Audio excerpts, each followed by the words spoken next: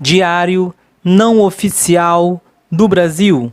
Dia 266/365, 23 de setembro, segunda-feira. Algumas verdades que a primavera traz. 1. É verdade que o Planalto continua ocupado por pessoas que não têm a possibilidade de promover a recuperação econômica do país e cujo foco é resolver as questões da própria família e dos patrocinadores. 2. É verdade que os encaminhamentos propostos pelo atual governo apontam para o agravamento da pobreza em que o país voltou a mergulhar desde o golpe, com viés de holocausto, pois que a necropolítica dos ultraliberais se aproxima como método da narcopolítica dos milicianos.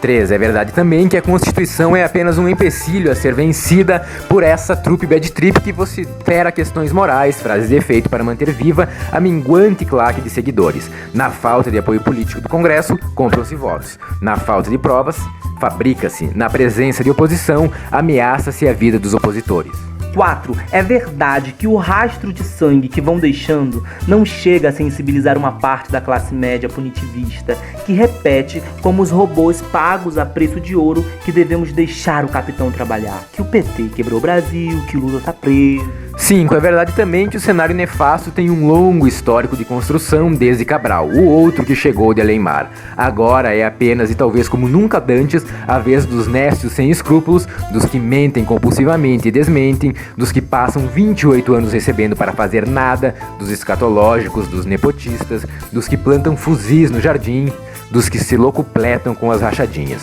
6. É verdade também que o cônjuge, com o pacote anticrime, reforça a tendência genocida e estimula o braço armado do Estado a exterminar a população, quando quiser, onde quiser, da forma que quiser, da faixa etária que quiser. 7. É verdade também que há uma definição dos que têm a preferência para serem mortos. Pobres, periféricos, mulheres, pretas e pretos, indígenas, trabalhadores sem terras, petistas, homossexuais, pensadores críticos. Para esses, viver é uma situação de risco. 8. É verdade também que há um grupo de pessoas da classe trabalhadora que se pensa elite, se pensam contemplados por todos os cortes nas políticas públicas, entendem que os 365 agrotóxicos liberados vão afetar os outros, que o sangue derramado é cenográfico, até o próximo noticiário já estancou e cicatrizou. É verdade que com esses não há diálogo possível. Dia 265/365, 22 de setembro, domingo. 1. Amanhã começa a primavera neste país do hemisfério sul e nós ou começamos a primavera brasileira ou morremos todos. O Rio de Janeiro, laboratório avançado do fascismo miliciano ultraliberal, mostra o que nos espera se não começarmos a reagir. 2. A ministra da Família, Em nome de Já, persegue enlouquecidamente um sítio de mulheres na internet porque fornece informações sobre aborto. a revista Asmina replica informações da Organização Mundial de Saúde, mas o delírio fascista quer total controle sobre o que podemos discutir ou não. E não podemos discutir aborto, uma das maiores causas de morte de mulheres no país. Lembrando que 56% das mulheres que fazem aborto no país são católicas e 25% evangélicas. E existem exceções para a criminalização do aborto, mesmo em um país fundamentalista, fascista, neoliberal. Quando a gestação é resultante de estupro, quando a gestação está causando risco à vida da mulher e quando o feto for anencefálico. Mas a ministra, em nome de Já, nega direitos humanos às mulheres. São invólucros. 3. No diário de ontem falamos em 5 crianças mortas pelo necroestado do governador Sniper. Na verdade, já são 16 crianças mortas nesse ano. O silêncio retumbante do Planalto, incluindo aí a ministra que trata as mulheres como meras embalagens, nos diz que a prioridade do governo não é a vida das crianças, não é nem mesmo a vida. 4. A revista Carta Capital divulga Twitter publicado ontem pelo ex-ministro da Educação Fernando Haddad, em que defende o impedimento do governador do Rio de Janeiro após a morte da menina Agatha Vitória Salles Félix, de 8 anos. Ele é um grande responsável pelas atrocidades que se cometem no Rio de Janeiro, um assassino. 5. A Polícia Militar do Rio foi criada no início do século XIX, de acordo com Luiz Antônio Simas, do portal Viu Mundo, em um período em que o fantasma da Revolução do Haiti assombrava os colonizadores escravocratas. O signo da PM carioca ainda é do período imperial, a cana, o café e a coroa. A conclusão é que essa instituição vem de um projeto genocida muito bem sucedido, criada para matar e morrer, defender e perpetuar a qualquer custo a dominação dos senhores sobre a população. O governador Snipe reedita toda a violência contida no projeto original da corporação. E o silêncio do Planalto, inclusive da ministra, Em nome de Já, da Mulher, da Família e dos Direitos Humanos e do ministro da Justiça, definem claramente um projeto correlato. as crianças que morrem baleadas pela polícia no Rio têm nome e endereço e são alvos constantes. A primavera é o tempo da rebelião. Dia 264/365, 21 de setembro, sábado. 1. Hoje é o dia da árvore. O governo que ora ocupa o Planalto tem realizado esforços muito grandes para que não exista mais nenhuma árvore no país. Queima total. Em algumas cidades, os parças colaboram. Em Salvador, na Bahia, por exemplo, a implantação de um trecho de 2,9 quilômetros de BRT serviu de pretexto para derrubar 597 árvores centenárias. Serão substituídas por grama e concreto. 2. Ontem, a greve global pelo clima mobilizou o mundo todo. Segundo o jornal à tarde, foram organizados 4.638 eventos em 139 países. Em Nova York, mais de 1 milhão de alunos foram autorizados a faltar às aulas para participar das manifestações. Na próxima segunda, 23, terá início a Cúpula Climática das Nações Unidas em Nova York, nos Estados Unidos. Na ocasião, o representante brasileiro do governo federal não vai falar, ô glória, mas o representante do consórcio do Nordeste falará. A região começa a se afastar da Terra plana. 3. O síndico disfuncional irá à abertura da Assembleia Geral da ONU no dia 24. Não deu para fugir. De acordo com o blog da Cidadania, tem que obedecer ao patrão. Tentou criar um balão de ensaio com deputadas entreguistas fazendo apelos em redes sociais a um suposto problema de saúde inexistente, mas o Império exigiu a presença. E lá vamos nós expor ao mundo a barbárie a que estamos submetidos. A cada viagem do síndico para fora do país, ficamos menores. 4. A atuação político-partidária dos magistrados, policiais e procuradores brasileiros tem deixado preocupados políticos de carreira. De acordo com o Estadão, a direita brasileira se preocupa com o uso da máquina pública para catapultar carreiras, vídeos conges, e querem propor uma quarentena de 2 anos de afastamento do cargo no serviço público antes que possam se candidatar a outras funções no Estado. 5. Ontem, a polícia do nazifascista governador Sniper matou mais uma criança, uma menina de 8 anos. A menina tinha Vitória no nome. Não foi um acidente. Em um dia, a polícia do Rio de Janeiro ataca escolas, no dia seguinte fuzila uma criança. O extermínio de jovens, crianças, pobres, pretos é um projeto de governo. Não são balas perdidas, são balas achadas. Atos terroristas contra a população que protestou hoje com manifestações no Complexo do Alemão contra os ataques do governo. 6. Ágata Vitória Santos Félix. Foi a 5ª criança morta pelo braço armado do Estado comandado pelo nazifascista Witzel, eleito com o apoio da Bolsa Família. A necropolítica do governador Snipe já matou 1.249 pessoas entre janeiro e agosto. Dia 263/365, 20 de setembro, sexta-feira. Ao mesmo tempo em que faz pronunciamento em cadeia nacional se comprometendo a proteger a floresta, no que se pode chamar de discurso para inglês ver, o governo do síndico disfuncional discute desde fevereiro, na surdina, o que o Intercept Brasil informa ser o maior plano de ocupação da Amazônia desde a ditadura militar. Diferente do que foi declarado no pronunciamento em cadeia nacional de televisão, a prioridade do projeto é explorar as riquezas, fazer grandes obras e atrair novos habitantes para a região. 2. Não há nenhum compromisso com a verdade, nenhum compromisso com a transparência do mandato, nenhum compromisso em submeter aos interessados a gestão da coisa pública. O Intercept destaca que o projeto já foi apresentado sem alardes em reuniões fechadas com políticos e empresários, no Pará, mas não foram ouvidos ambientalistas, indígenas e quilombolas que habitam a região. 3. Na apresentação do projeto, as populações tradicionais, índios e quilombolas são considerados empecilhos, entraves a serem removidos, juntamente com ONGs ambientalistas e indigenistas, pressões diplomáticas e econômicas, mobilização de minorias e a mídia. É um modo miliciano de gerir, baseado no autoritarismo e na violência. 4. O projeto reedita antigas paranoias dos setores militares relacionados à segurança nacional. E nessa versão requentada, a possibilidade de sermos invadidos pelos chineses. Sustenta-se inclusive na obscurantista tese de que os povos originários são estrangeiros com uma língua própria e que vão se constituir em nações independentes.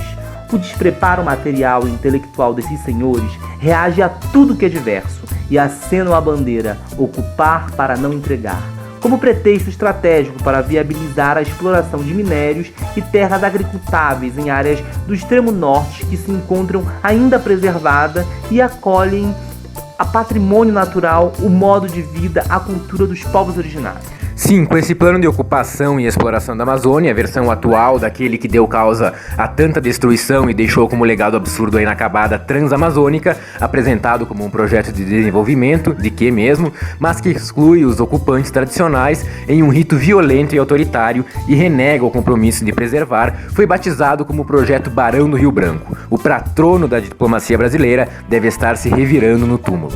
6. A pesquisadora Suzelen Calil Matias, em entrevista publicada pelo portal Carta Maior ontem, considera que os militares brasileiros não são necessariamente nacionalistas. Ao contrário, em especial o Exército, se movem como outros grupos sociais e buscam primordialmente estratégias de defesa aos seus interesses corporativos, ou seja, nada além do próprio umbigo. Dia 262/365, 19 de setembro, quinta-feira. 1. A nossa caminhada rumo à morte pela via das políticas dos genocidas chega ao Conselho Federal de Medicina. O corpo das mulheres sempre foi o delírio de uma medicina reacionária e brutal que culmina com uma nova resolução do CFM, publicada no Diário Oficial da União de 16 de setembro, que passa o controle do corpo da gestante ao médico. O jornal The Intercept informa, destacando a terminologia utilizada, que o Conselho considera que a vontade da gestante para escolher se submeter ou não a um tratamento de saúde pode caracterizar abuso de direito em relação ao feto. Os médicos então passam a poder impor, com o auxílio das autoridades competentes e o uso da força se necessário, o procedimento que julgarem conveniente. A mulher grávida, considerada como coisa amorfa, sem vontade, sem autonomia sobre o próprio corpo, fica submetida aos riscos dos arbítrios. 2. Vamos lembrar os horrores do recente século passado, onde o inventor dos sucrilhos, ele mesmo, o médico John Harvey Kellogg, se dava ao direito de recomendar a aplicação de ácido carbólico no clitóris de mulheres para que não sentissem prazer.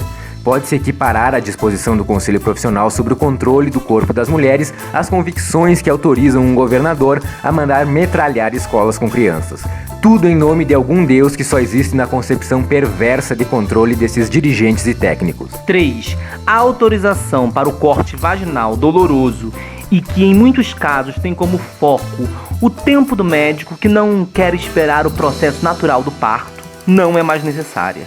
Isso sem que haja evidência que comprove a necessidade desse procedimento em qualquer situação, muito menos sem autorização da gestante. 4. Outro instrumento de tortura obstétrica, a manobra de Chrysler, quando o obstetra decide sentar sobre a barriga da mulher para apressar o nascimento, ou seja, de novo o foco atende às necessidades do tempo do médico, também não necessitará da autorização da gestante. Estamos falando de violência obstétrica institucionalizada e autorizada por lei. 5. A naturalização desse controle, a perseguição ao corpo, a negação até mesmo dos direitos reprodutivos da mulher faz parte do retrocesso que sempre contará com a pseudociência para justificar seus atos. A discussão institucional sobre o modelo de família, cujo foco é a subordinação, subalternização da mulher ao homem, criminaliza e tenta controlar o corpo das mulheres. O controle sobre o corpo em nome de um suposto Deus misógino que não se dá conta que 56% das mulheres que abortam no Brasil são católicas e 25% evangélicas. A criminalização do aborto, do parto, dos direitos reprodutivos. O que separa o Conselho Federal de Medicina do governador Sniper é tão somente o tipo de arma genocida que pretendem utilizar. Eles não. Dia 261/365, 18 de setembro, quarta-feira. 1. As queimadas da Amazônia derrubaram um acordo de livre comércio entre União Europeia e Mercosul. O veto não veio da França, veio da Áustria, em razão da falta de compromisso do governo brasileiro com a preservação da Amazônia, conforme informa o jornal Brasil 247. Com isso, mais uma meta do síndico disfuncional foi alcançada.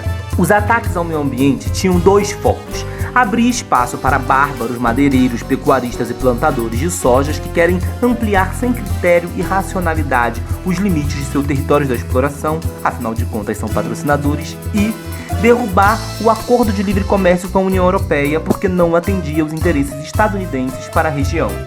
2. As queimadas derrubaram também a participação do Brasil na cúpula do clima que vai acontecer no dia 23 de setembro. Fomos vetados pela ONU em função da política de desmatamento promovida pelo desgoverno. Segundo o jornal Brasil 247, o representante da Secretaria-Geral da ONU afirmou que o país não tem compromisso com o clima. 3. A professora Elika Takimoto levanta uma questão interessante. Enquanto a extrema-direita brasileira faz um discurso em que proclama que não vamos nos transformar numa Venezuela, o mundo agora teme se transformar no Brasil. 4. O Rio de Janeiro virou o laboratório do horror no país. E agora todo mundo se horroriza com os nossos espetáculos de ignorância e barbárie. Circulam nas redes sociais imagem de um helicóptero do terrorista Witzel realizando voos rasantes sobre o complexo do Alemão, atirando em crianças que correm e tentam se abrigar. 5. A Bolsa Família rompe com o terrorista Witzel. Calma, não é uma divergência em função de ações contra a população. É porque o governador Sniper, de olho nas eleições para presidente em 2022, criticou o Bolsa Pai.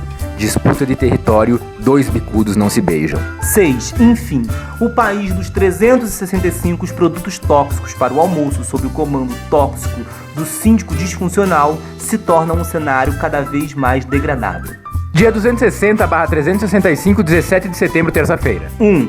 Farsa e trapaça são as matérias-primas do desgoverno do síndico disfuncional. 2. A revista Carta Capital nos revela as mentiras que deram sustentação à proposta de reforma da Previdência, a chamada Nova Previdência. As planilhas são tão falsas e maliciosas quanto as desculpas inventadas pelo Bolsa Família para explicar suas relações com o seu, lá deles, motorista guarda-costas, que tem uma conta em que movimenta mais de 7 milhões de reais.